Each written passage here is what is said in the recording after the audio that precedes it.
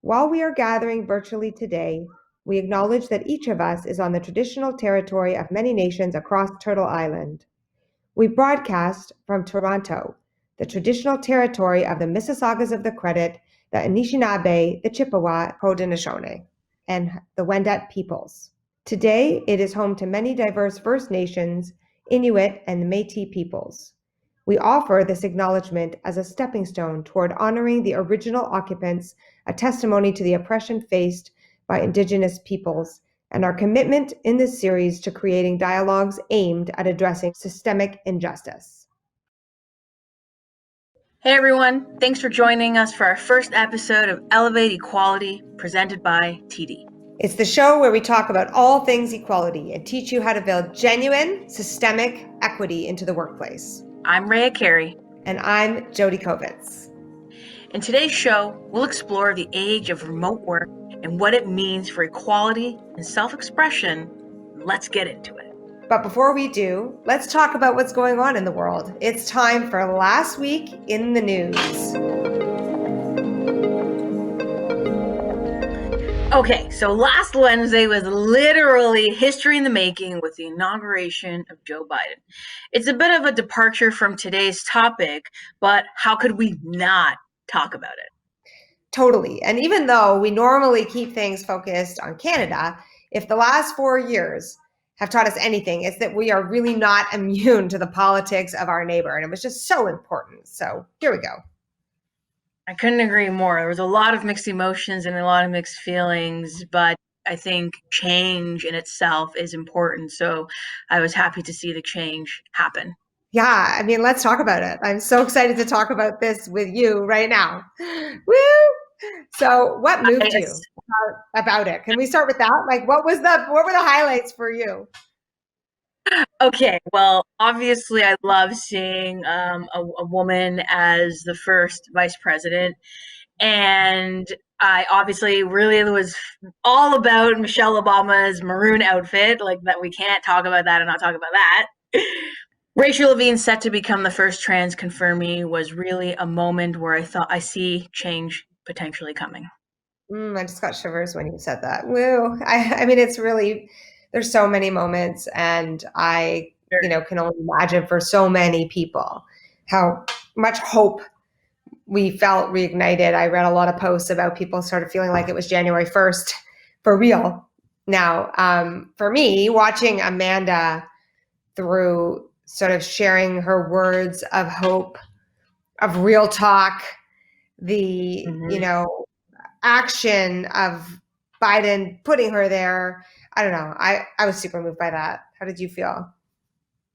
Yeah, I felt really good about it as well. And I think, like you said, it's bringing a lot of hope, not just to our neighbors, but I think to a lot of people right here at home. Okay, I could talk about this all day, literally, but I also can't wait to get into our next segment. I'm so excited to welcome our first guest, Jody. As you know, I got a chance to sit down with Avery Francis. She's always looking to what's next, and Avery has spent her career working with leading startups to navigate the challenging world of talent, hiring, and building creative cultures worth being a part of. She is a champion of diversity, inclusion, and belonging, and a founder of the Bridge program, a free code school for women identified and non-binary people in tech. Avery specializes in helping the world's best startups and most talented people grow their teams and their careers through her company, Bloom. All right. Welcome, Avery. Tell me, how are you doing? I'm good. I'm trying to keep myself as distracted as I possibly can from the reality that is COVID and lockdowns and just mourning the loss of events and things and commitments. And so I'm doing relatively good considering. Yeah, that's sort of the best answer that we can get. Exactly the same. Yeah. Just trying to stay focused, keep busy, and have some self-care weaved into that as much as I can. One of the first questions I wanted to ask you, because I know this is, some of your life's work, is for employees to feel comfortable bringing their authentic selves to work, organizations need to create inclusive environments. So I'm wondering, in your opinion, what are the top 3 things to create a virtual space that has diversity and inclusion, and that celebrates diversity and inclusion? That's a really hard question because I think that there's so many layers to that. Of course, there's everyone has the unique intersections of their identities. And when we think about intersectionality and what some folks would need in terms of like specific accommodations or what they would need to feel safe to bring their authentic selves to work really varies. So I think that the best thing for me to do to answer this question, so I'm not speaking on behalf of like the experiences or identities of folks that I don't necessarily share that commonality with, would be to speak for myself. So in this case, as like a Black identified woman, I know that I would love to be invited into a work space or an environment, whether it be virtually or even physically, that doesn't force me to potentially like code switch. So that's a big consideration for Black identified folks is the code switching. So you're not necessarily yourself at work. You're a different self when you're outside of work and when you're with your friends and family members. And for me, that meant like being able to wear my hair naturally curly. Right now, I have it slicked back in a bun, my colonial COVID look. But regardless, I remember at one point I worked with an organization and I would straighten my hair every single day because that was just what I felt I needed to do to blend in, because it was a predominantly white organization. And as a result, like I literally lost my curl memory from my hair for years. So that like is a physical kind of way that some people code switch in ways that it doesn't even have anything to do with like tone of voice or how you speak. Another thing would be ensuring that there's some sort of communication and training around how leaders can be more inclusive and be more thoughtful with the way that they support their folks. In the event that something happens, is there some sort of protocol? Is there a best practice? Where does this company, what's the company's position as it relates to microaggressions in the workplace, as it relates to harassment in the workplace or unwanted misconduct? So I think that when you know more about those things and you know that there's like a framework or a system there to support you, that helps you to be and feel more included.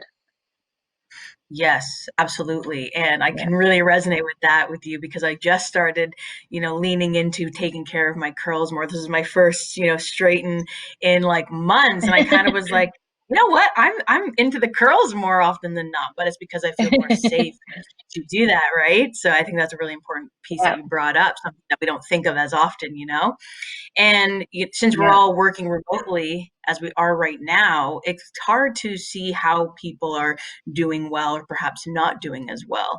So I'm wondering, how can organizations utilize social media to learn perhaps what their needs are from their employees and team members?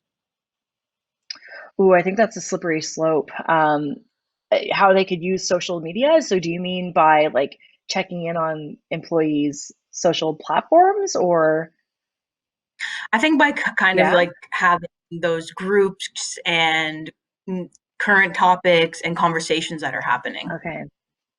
Yes. Okay. So there's this thing called Slack that a lot of companies use specifically in the tech space. And I think that a lot of our behaviors that we emulate and use on social platforms like Twitter or Instagram, or even in like WhatsApp and texting, tends to bleed into the behaviors that we have using like in these internal kind of chat tools. I think it's important that companies like train and facilitate some understanding around like what are reasonable and expected behaviors as it relates to some of these more casual ways to connect with folks.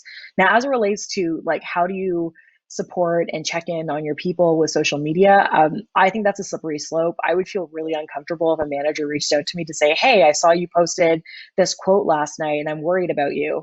I think that companies should be taking a proactive approach in terms of talking about mental health at work, talking about wellness at work, talking about taking care of yourself and holding space for yourself at work.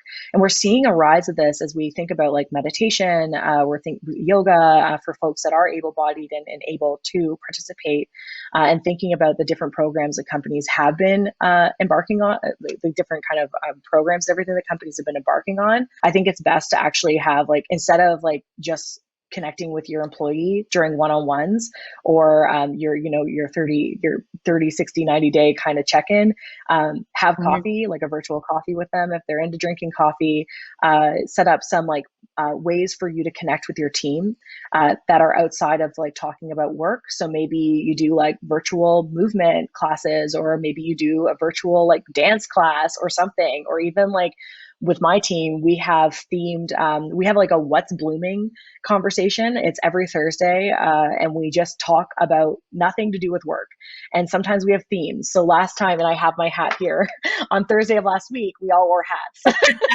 So it's a way where, and sometimes it's interesting because sometimes we get really deep and we talk about stuff that we're going through at that time.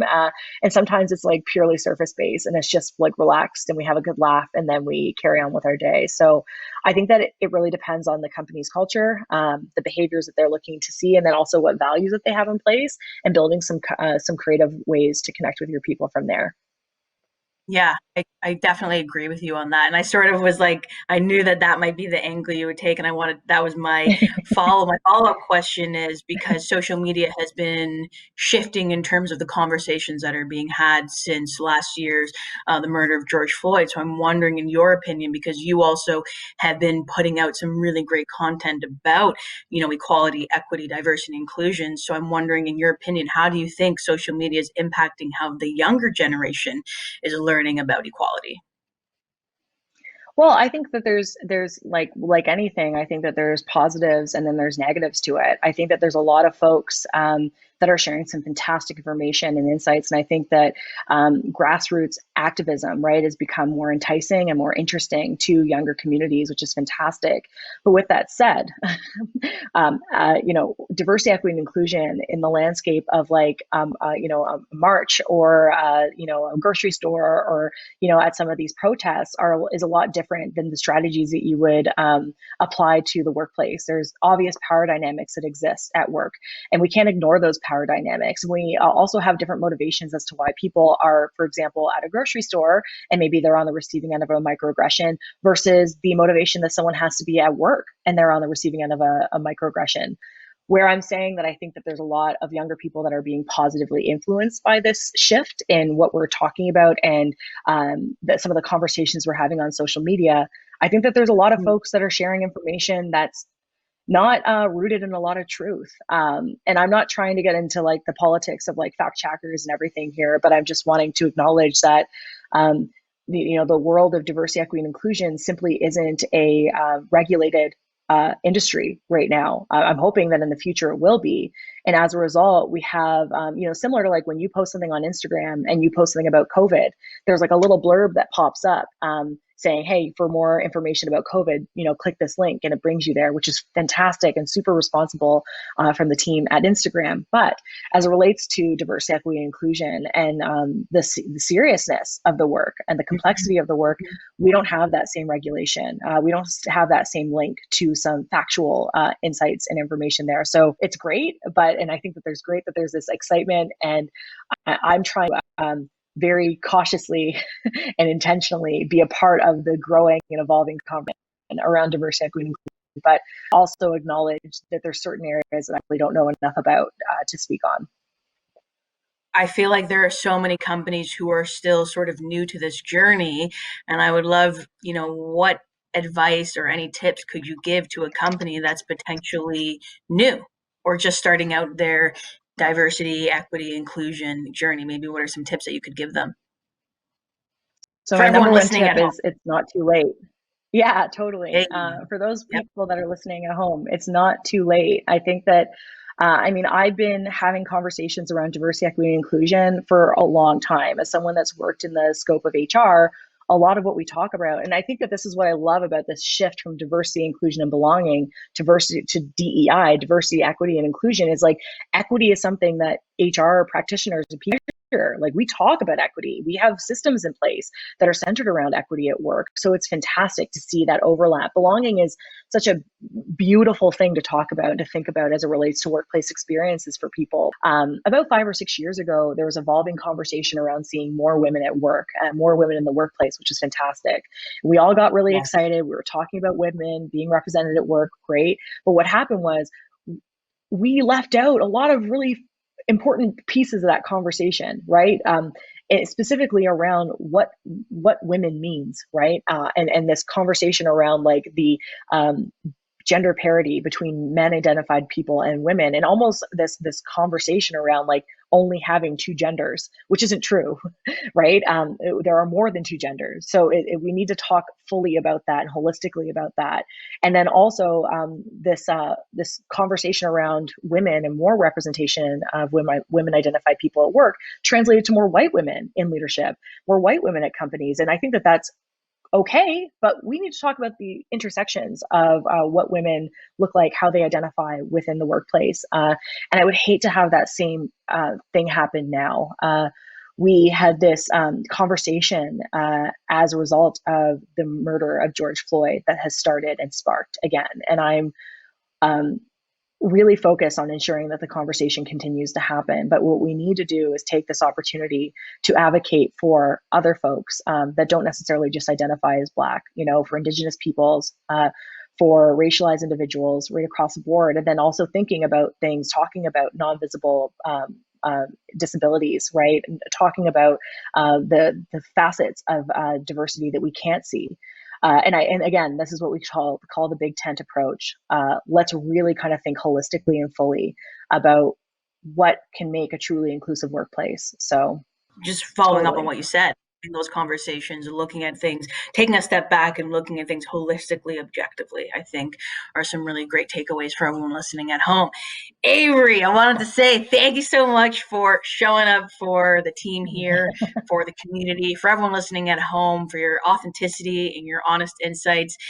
Social media is such powerhouse in so many different ways, but I think it's important that we recognize there's two sides to the coin. So I appreciate you speaking to that. And big thanks and a lot of love for being here today. We appreciate you.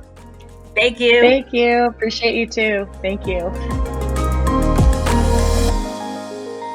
Next up, we are so excited and lucky to get to spend a few minutes talking to our next guest, Molly Q. Ford. Molly is one of the awesome humans behind Salesforce's reputation of being one of the world's best places to work. She's responsible for shaping and sharing the company's core value of equality. And I feel so lucky to have known her for several years, given that she's come here to Canada before to share her views and her lived experiences. She has a true, deep, authentic passion for promoting inclusive workforces, fueling the conversation around equity, and advancing the position of women-identified folks in tech. Welcome, Molly. I'm so delighted to see you. How are you doing today?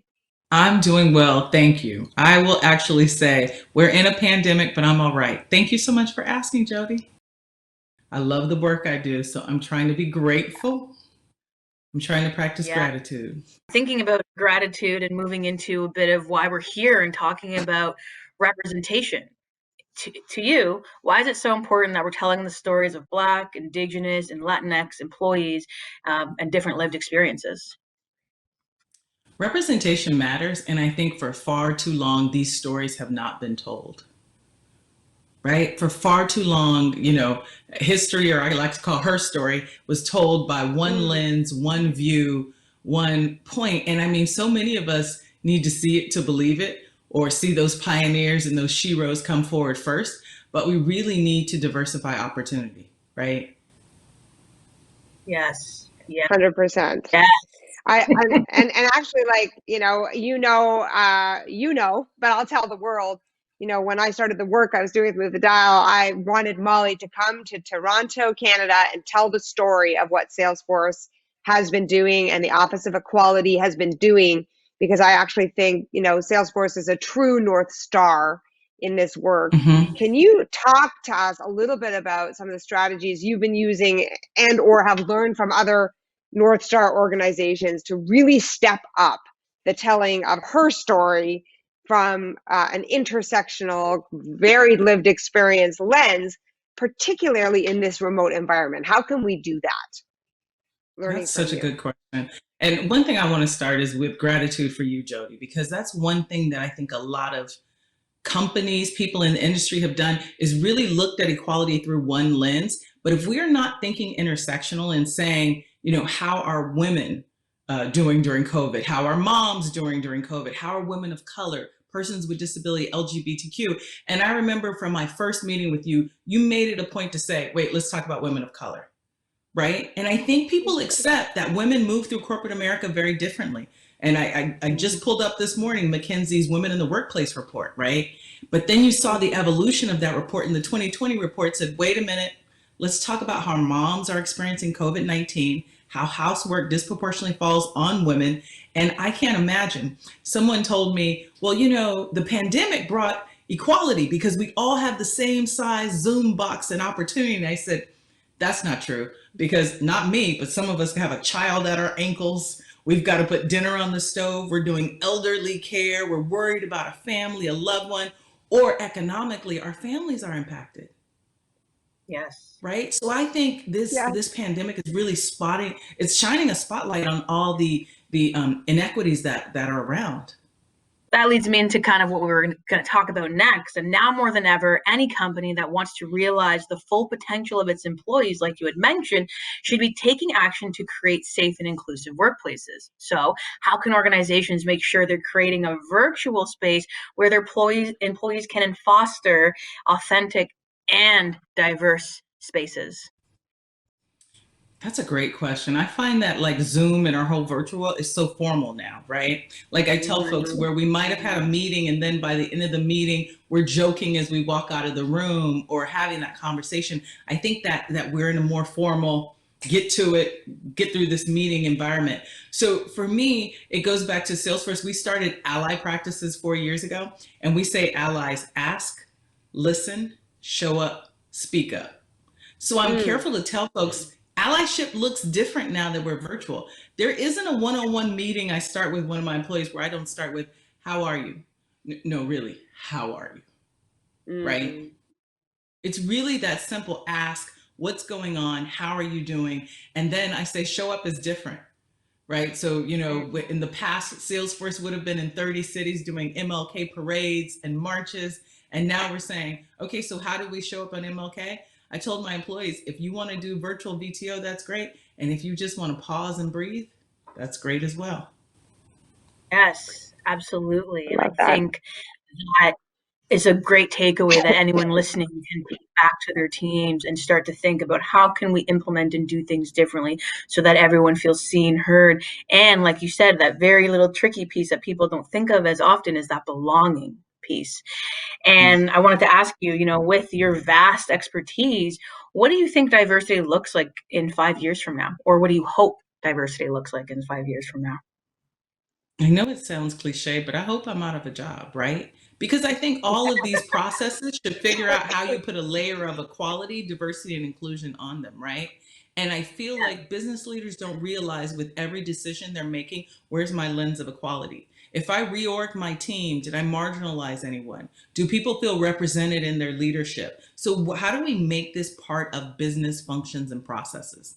I hate this conversation of you're doing this for the Black population or this for women or this for LGBTQ. It really is about making sure the person or the community that's having the most marginalized experience, you're focusing on solving those problems to raise everyone up. Because I don't want equality to be a slice of pie and people feel like, well, it came my turn, there was no pie. It's not a zero-sum game, right? How are you as a company measuring success?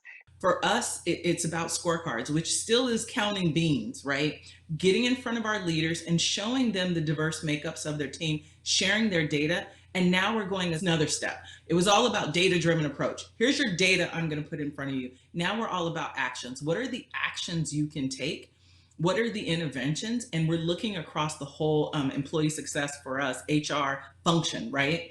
to make sure. So when we look at that, it's not just counting beans of, hires, attrition. We're also looking at promotion. We're also taking a step further to look at folks' employee opinion survey. How are your employees experiencing your team?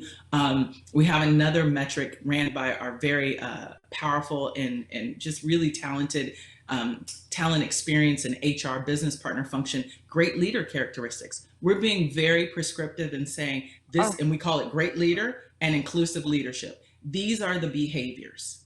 Salesforce is very good about defining, like we define, here's our company core values, or just like I did ally practices, define what it means. They're being very good and intentional about making sure our managers are enabled and empowered. And this is great leadership. This is inclusive leadership. And those things are less tangible, but someone has an employee opinion survey. The other thing is listening tours.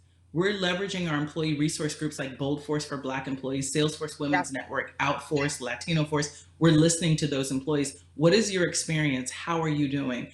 Tell me how you're experiencing Salesforce. And then that metric, we're beholden to the company growth, because one thing about Salesforce, we're growing, we're hiring, right?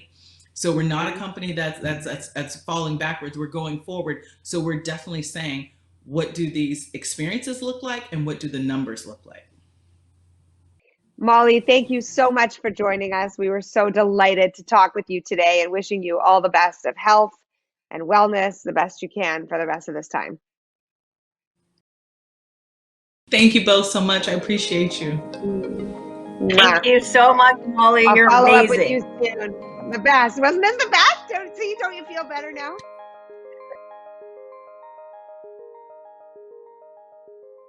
Hey, so Rhea, whenever we talk about things to do with intersectional equality, things can get really confusing, overwhelming, especially if one is new to the conversation. Couldn't agree more. So in lieu of that, this is the part of the show where we pick out a divisive, confusing, or complex topic to dig a little deeper to sort out the mess. It's time for Rethink Redux.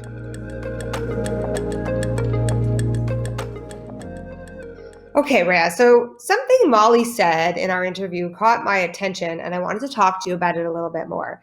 She mentioned that a lot of people, not necessarily her, but a lot of people are seeing remote work as a great equalizer. Can we talk a bit about that? I'm not sure how I feel about that.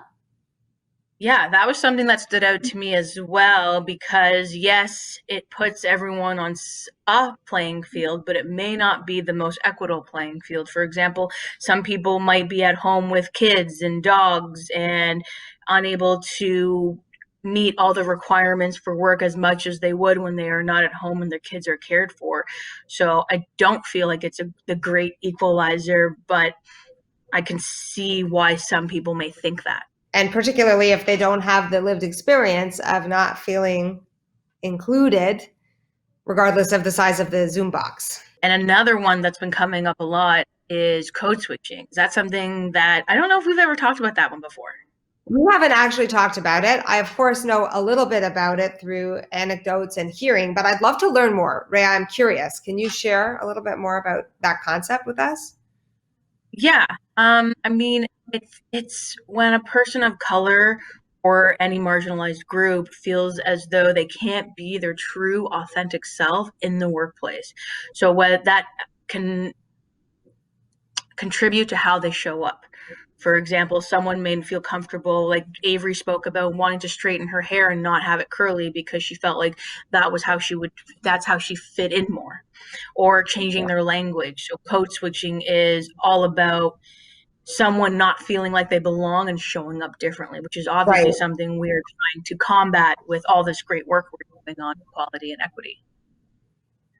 Thank you so much. I really appreciate you explaining and sharing that with me as I'm learning and unlearning all of the things. And it's hard, honestly, as a white, highly privileged human with all my lenses of privilege to really understand that and have to go deeper to sort of try to learn more. That's all the time we have for today. But before you go, we want to send you away with a challenge for the week.